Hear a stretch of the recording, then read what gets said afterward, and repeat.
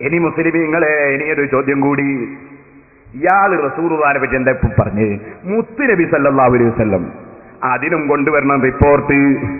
അള്ളാഹുവിന്റെ റസൂല് ജീവിതത്തിൽ എപ്പോഴെങ്കിലും മുത്തുനബി എന്ന് പറഞ്ഞിട്ടുണ്ടോ?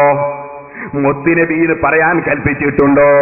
കൽപ്പിക്കാത്തൊരു വിശേഷണം റസൂലുള്ളാഹിക്ക് പറയാൻ എന്താണ് തെളിവ്? കൊണ്ടുവരൂ റിപ്പോർട്ട്. നിങ്ങൾ ശരിക്കും മനസ്സിലാക്കണം, എന്തൊക്കെ കുതന്ത്രങ്ങളാണ്. സുബ്ഹാനല്ലാഹ്. ഖബറിന് പോയിട്ട് വടക്കേ ഇന്ത്യയിൽ ചിലര് സുജൂദ് ചെയ്യുന്നു. കടുത്ത ഹറാം. അത് ഹറാമാണെന്ന് പഠിപ്പിക്കുന്നത് ഞങ്ങള് ഫതുൽ മുഈനിലുണ്ട്, എല്ലാ സ്ഥലത്തുണ്ട്. ഞാൻ വളരെ വ്യക്തമായി ഇടമുട്ടത്തെന്ന് പറഞ്ഞു. മൗലയിട്ടു, പിടിച്ചു, കള്ളത്തരം പറഞ്ഞു പിടിച്ചു. ഞാൻ മുമ്പ് കാണിച്ചതാണ്. എന്നാൽ മൗലവിമാരെ, ഖബറിന് സുജൂദ് ചെയ്യുന്നതിന് കുഴപ്പമില്ലെന്ന് വരുത്തി തീർത്ത് നിങ്ങളല്ലേ? എന്താ പറഞ്ഞത്? എന്നാൽ മൗലവി, ഞങ്ങൾ ഖബറിന് സുജൂദ് ചെയ്യുന്നവരാണെന്ന് അറബികളെ പോയി തെറ്റിദ്ധരിപ്പിക്കാൻ വേണ്ടി ഏതോ ജനങ്ങൾ എവിടുന്നോ അതാ ഖബറിന്റെ മേലെയുള്ള തുണിയെടുത്ത് പൊത്തുന്നതും അതുപോലെ ചുംബിക്കുന്നതൊക്കെ സുജൂദ് പോലെയാക്കി കാണിച്ചിട്ട് നിങ്ങൾ ശിഹാബ് തങ്ങളെ വിദേശത്ത് കൊടുക്കാൻ ശ്രമിച്ചില്ലേ? ഞാനതാ പറയാൻ പോകുന്നത്. ഓ മുസ്ലിമീങ്ങളെ, എന്നാൽ ഈ മൗലവിമാരോ പ്രസംഗത്തിൽ തന്നെ പറയാ. എന്ത് പ്രസംഗത്തിൽ പറയുന്നു? ഞാനൊരു ചിഹ്നം കാണുമ്പോൾ, ഒരു രൂപം കാണുമ്പോൾ, കൃത്യമായി പറഞ്ഞാൽ ഞാനൊരു മക്ബറ കാണുന്നു. ആ മക്ബറ കാണുമ്പോൾ എന്റെ ഹൃദയത്തിൽ പ്രത്യേകമായ ഒരു ഭയവികാരം, ഒരു പ്രത്യേകമായ തഖ്വ ഇങ്ങനെ കടന്നു വന്നു എന്ന് കരുതുക. ആ തഖ്വയുടെ പേരിൽ ഒരു ചേഷ്ടയും ഞാൻ നടത്തിയില്ല, തലകുനിച്ചില്ല, മക്ബറയിലുള്ള ആളോട് പ്രാർത്ഥിച്ചില്ല. പക്ഷേ അഭൗതികമായ ഒരു വികാരം, ആരാധനാപരമായ ഒരു ഭാവം, പ്രാർത്ഥനാഭാവം എന്റെ മനസ്സിൽ കടന്നു വന്നാൽ അതുമാത്രം മതി ഒരു കാര്യം ഇബാദത്താകാൻ. ഇതില്ലാതെ നമ്മൾ സുജൂദിൽ കിടന്നാലും ആ സുജൂദ് പാപമായേക്കും എന്നല്ലാതെ ശിർക്കാണ് എന്ന് പറയാൻ പറ്റില്ല. ഇതില്ലാതെ നമ്മൾ സുജൂദിൽ കിടന്നാലും ആ സുജൂദ് പാപമായേക്കും എന്നല്ലാതെ ശിർക്കാണ് എന്ന് പറയാൻ പറ്റില്ല. അപ്പൊ സുജൂദ് ശിർക്കാണെന്ന് പറയാൻ പറ്റൂല എന്ന് പരസ്യമായി പ്രസംഗിച്ച് നിങ്ങളെ മൗലവിമാരല്ലേ?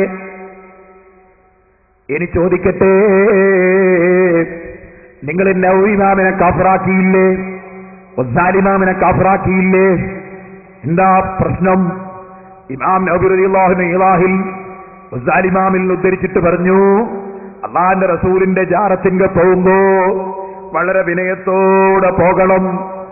ആ പറഞ്ഞതിനെ സംബന്ധിച്ച് മൗലവി അതാ അത് കാഫിറാകുന്ന പരിപാടിയാണെന്ന് പ്രഖ്യാപിക്കുന്നു. റസൂലുള്ളാഹിന്റെ ജാറത്തിങ്കൽ പോയിട്ട് നിൽക്കുമ്പോ എങ്ങനെ നിൽക്കണം അത് വിവരിച്ചുകൊണ്ട് പറയാണ്,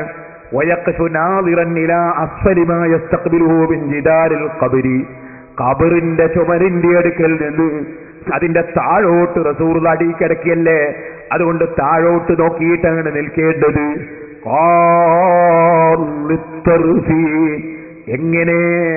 അവനെങ്ങനെയാ നിൽക്കേണ്ടത്?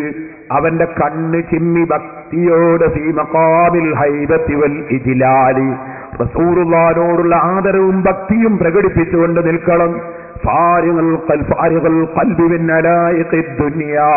ദുനിയാവിന്റെ ചിന്തകളിൽ നിന്ന് മനസ്സിനെ ഒഴിച്ചു നിർത്തണം. മുസ്തഹ്ദിറൻ ഫീ ഖൽബി ജലാലത മൗഖിഫിഹി വമൻസിലത മൻ ഹുവ ബിഹളറതിഹി. ആരുടെ മുമ്പിലാ ഞാൻ പോയി നിൽക്കുന്നത്? എവിടെയാ ഞാൻ നിൽക്കുന്നത്? ആ ബഹുമാനാദരവോടെ നിൽക്കണം. സുമ്മ യുസല്ലിമു, പിന്നെ നബി തങ്ങൾക്ക് സലാം പറയണം. വലാ യർഫഉ സൗതഹു, ശബ്ദമുയർത്തി പറയരുത്. ബൽ യഖ്തസിദു, അവനതാ കൂടുതൽ ഉയർത്താതെ ഒറ്റ ശബ്ദത്തിൽ പറയണം.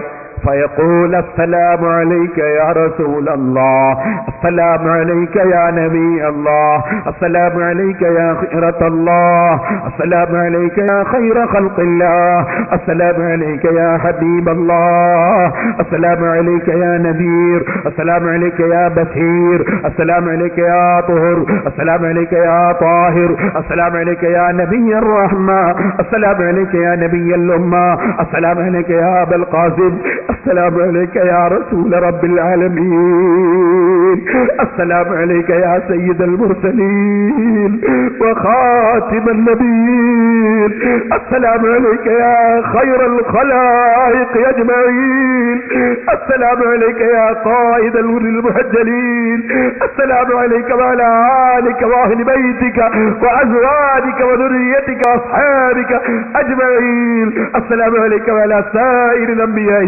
وجميع عباد الله الصالحين جزاك الله يا رسول الله أن أفضل ما جزى نبيا ورسولا عن أمته وصلى الله عليك كلما ذكرك ذاكر وغفل عن ذكرك غافل أفضل وأكمل وأطيب ما صلى على أحد من الخلق أجمعين أشهد أن لا إله إلا الله وحده لا شريك له وأشهد أنك عبده ورسوله وخيرته من خلقه وأشهد أنك قد بلغت الرسالة وأديت الأمانة ونصحت الأمة وجاهدت في الله حق جهاده اللهم آته الوسيلة والفضيلة وبعثه مقاما محمودا الذي وعدته وآته نهاية ما ينبغي يسأله السائلون اللهم صل على محمد عبدك ورسولك النبي الأمي وعلى آل محمد وأزواجه وذريته كما صليت على إبراهيم وعلى آل إبراهيم وبارك على محمد النبي الأمي وعلى آل محمد وأزواجه وذريته كما باركت على إبراهيم وعلى آل إبراهيم في العالمين إنك حميد مجيد. ഇങ്ങനെ പറയണം, തലതാഴ്ത്തി പറയണം. ഇങ്ങനെ പറഞ്ഞാൽ, ഇങ്ങനെ ചെയ്താൽ അല്ലാത്തവർക്ക് ഇബാദത്താവൂന്ന് സക്കരിയ. നിങ്ങൾ അവന്റെ അവിടെ എത്തുമ്പോൾ നിങ്ങൾ കൈകാലുകൾ അടക്കിവെച്ച് പലർക്കും താഴ്ത്തി കണ്ണു കൂട്ടി നിങ്ങൾ വളരെ അതവിൽ നിൽക്കണം. നിങ്ങൾ തിരുഹദത്തിലാണ് ഇപ്പോൾ നിൽക്കുന്നത്. റസൂൽ നിങ്ങളെ കണ്ടുകൊണ്ടിരിക്കുകയാണ്. നിങ്ങളാകുന്നതൊക്കെ അധികം അറിഞ്ഞുകൊണ്ടിരിക്കുന്നു. സുബ്ഹാനല്ലാഹ്, ഇന്നലെ ഇബാദത്തിൽ അങ്ങേറ്റത്തെ വലിയത്തിന്റെയും താഴ്വരയും പ്രകടനം അല്ലാഹുവിന്റെ മുന്നിൽ ചെയ്താൽ അല്ലാഹുവിന്റെ ഇബാദത്ത്.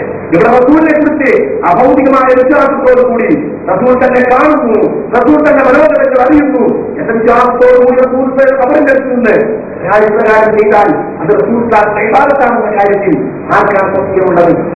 അപ്പൊ റസൂലുള്ളാഹിന്റെ ഇബാദത്താണ് പോലും. അപ്പൊ നവവി ഇമാമും ഗസാലി ഇമാമും അള്ളാഹ്ക്ക് മാത്രം ഇബാദത്ത് എടുക്കണമെന്ന് പഠിപ്പിക്കുന്നതിന് പകരം റസൂലുള്ളാഹി ഇബാദത്ത് എടുക്കണമെന്ന് പഠിപ്പിച്ചതാണോ മുസ്ലിമീങ്ങളെ? ഇമാമിങ്ങളെ മുഴുവനും അല്ലല്ലാത്തവർക്ക് ഇബാദത്ത് എടുത്ത അബൂജഹലിനെ പോലെയാണെന്ന് വരുത്തി തീർക്കുകയാണിവര്. നിങ്ങൾ മനസ്സിലാക്കണം. ഞാൻ മൗലിമാരോട് ഒരു ചോദ്യം, നിങ്ങളെ നേതാക്കന്മാരുണ്ടല്ലോ, ഉമർ മൗലവി, ആ ഉമർ മൗലവിന്റെ ബുക്കല്ലേ ഇത്? ഈ ഉമർ മൗലവി ഇതിൽ പറയുന്നുണ്ട് എന്താ വേണ്ട, അതവോ ഖബറിന്റെ അടുത്ത് എന്ന് അതവോടുകൂടി നിന്നിട്ട് പതുക്കെ അസ്സലാമു അലൈക യാ റസൂലല്ലാഹ് എന്ന് സലാം പറയുക. ഉമർ മൗലവിയും അല്ലല്ലാത്തവർക്ക് ഇബാദത്ത് എടുക്കാൻ പറഞ്ഞോ മൗലവി? ചോദ്യം 2, അസ്സലാമു അലൈക യാ ഖലീഫത്ത റസൂലില്ലാഹ് അബൂബക്കർ വറഹ്മത്തുഹു വബറകാതുഹു എന്ന് പറയണം. അവിടെ ചോദ്യമുണ്ട്. എന്താ ചോദ്യം? സിയാറത്തിമ ഞാൻ എന്താ പറയേണ്ടത്? ആയിഷ ബീവി ചോദിച്ചപ്പോ റസൂലുള്ളാഹി പറഞ്ഞു അസ്സലാമു അലൈക്കും അഹ്ലൽ ദിയാരി മിനൽ മുഅ്മിനീന വൽ മുസ്ലിമീൻ എന്ന് പറയാനല്ലേ റസൂലുള്ളാഹി പറയാത്തൊരു വാചകം പറയാൻ നിങ്ങൾക്ക് റിപ്പോർട്ട് എവിടെ? സനദ് എവിടെ?